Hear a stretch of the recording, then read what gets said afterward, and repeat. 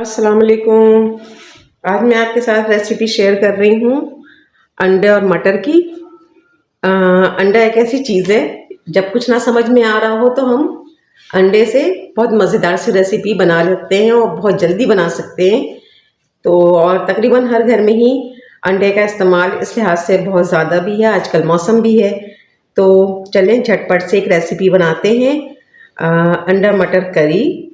और इसके लिए मैंने 4 अंडे लिए हैं, बॉईल कर लिया है अंडों को भी, और अंडों को, और इसके अलावा मटर को मैंने 1 कप मटर को बॉईल कर लिया है। फ्रेश मटर आजकल आ रहे हैं, बहुत अच्छे मटर हैं, तो इसका भी इस्तेमाल आजकल बहुत हो रहा है खानों में क्योंकि सीज़न है।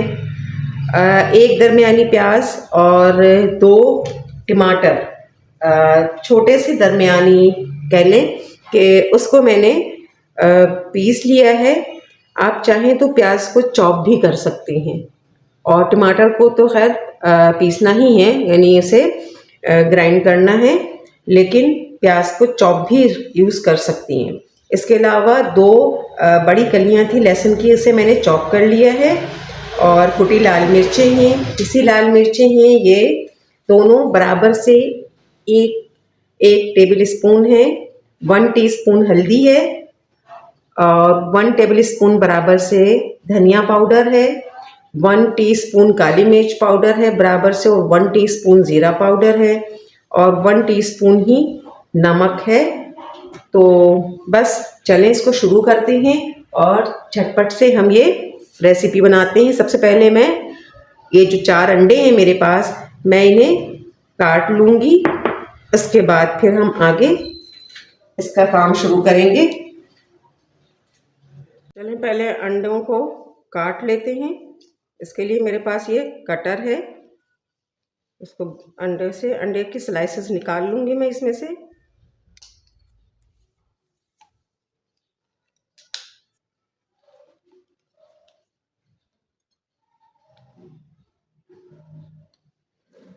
ये इस तरह से चारों अंडों को मैं काट लूँगी।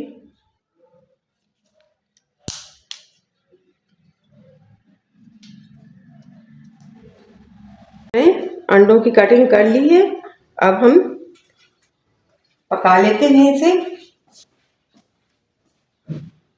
पैन में मैंने तेल ले लिया है, तकरीबन 4 टेबल स्पून है, और अब इसमें मैं ये जो लहसुन मैंने चॉप किया है, सबसे पहले मैं ये लहसुन इसमें डाल दूंगी। फ्लेम को मीडियम रखा हुआ है अभी, ताकि इसमें मैं लहसुन को पका लूं।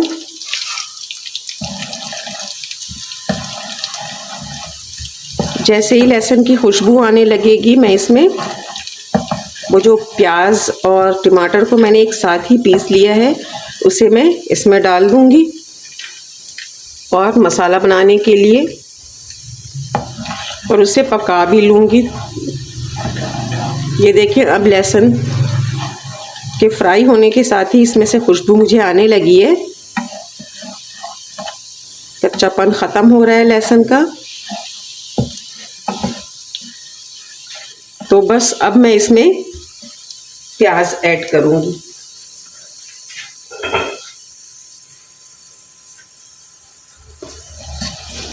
बहुत अच्छी सी फ्रेश लहसुन की खुशबू ही अलग होती है, इसलिए मैं अमूमन खानों में जो है वो फ्रेश लहसुन ही, और स्पेशली जब मैं इस तरह सब्ज़ी या कोई इस तरह की चीज़ बना रही हूँ, तो मैं लहसुन फ्रेश ही यूज़ करना कंसिडर करती हूँ, क्योंकि इसमें बहुत मज़ा आता है, टेस्ट बिल्कुल डिफरेंट होता है इसका। अब इसे मैं प्याज को पकाऊंगी, लेकिन इसका कलर चेंज नहीं होना है, तो थोड़ा पकाऊंगी। इसके बाद मैं इसमें मसाले ऐड करूंगी।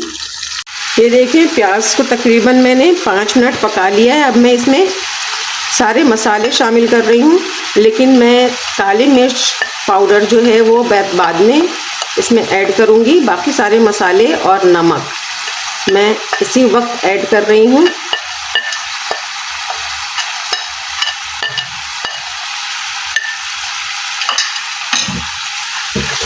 ये देख, थोड़ा सा फ्लेम को लो करना है, और ताकि मसाले जल ना जाएं, बस प्याज के साथ भून जाएं। ये देखिए, इस तरह मसाले को भून लेंगे हम। मसाला मैं तकरीबन पका चुकी हूँ। ये देखिए तेल ऊपर नज़र आ रहा है। इसके साथ ही मैं मटर डालूंगी इसमें, और मटर डालकर भी इसे पका लूँगी। मटर तो वैसे बॉयल है, लेकिन इसे भी मैं पका लूँगी मटर डालकर भी। और जब तेल थोड़ा नज़र आने लगे और मसाले से खुशबू आने लगे, तो फिर उस वक्त इसमें जो है वो जो अंडों को मैंने काट के रखा हुआ है, वो अंडे मैंने इसमें डाल दिए। और अंडों को स्लाइसेस में आप जब काटें तो देख लीजिए कि इसमें जो इसकी जो जर्दी होती है, योक है, तो वो भी बहुत बड़े बड़े साइज़ में ना हो। बाज़ औक़ात कटिंग में ऐसा हो जाता है, ताकि वो मसाले में अच्छी तरह से मिक्स हो जाए, क्योंकि मसाले में इसका टेस्ट ही बहुत अच्छा आता है। तो अब ये देखिए कि ये अंडों को जो है वो इसमें मैंने डाल दिया है, और इसे मैं अच्छी तरह से जो है वो चला लूँगी और मसाले में इसे अच्छी तरह से मिक्स कर लूँगी।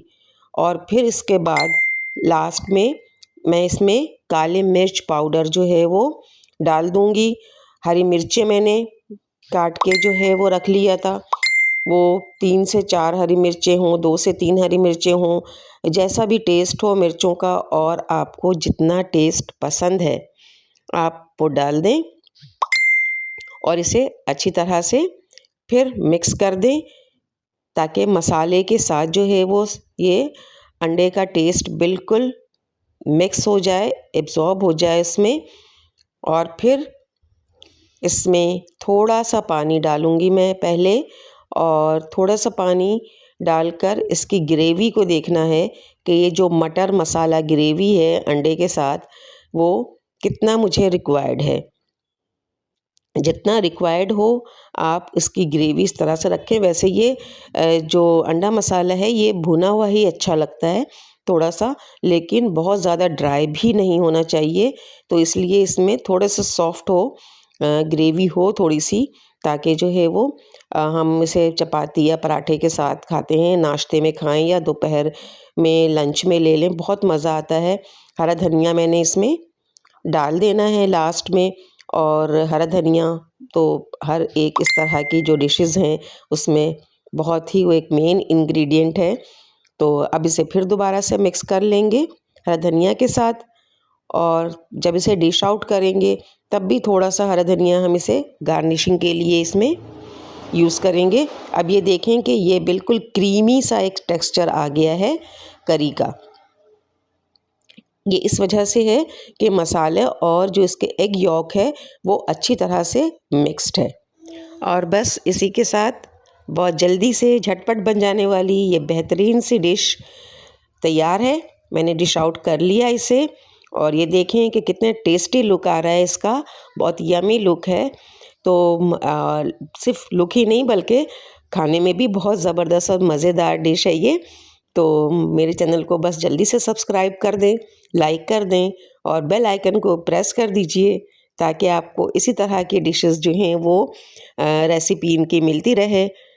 अपना बहुत ख्याल रखिएगा, दुआओं में याद रखिएगा। मिलते हैं नेक्स्ट वीडियो में किसी ऐसी ही रेसिपी के साथ।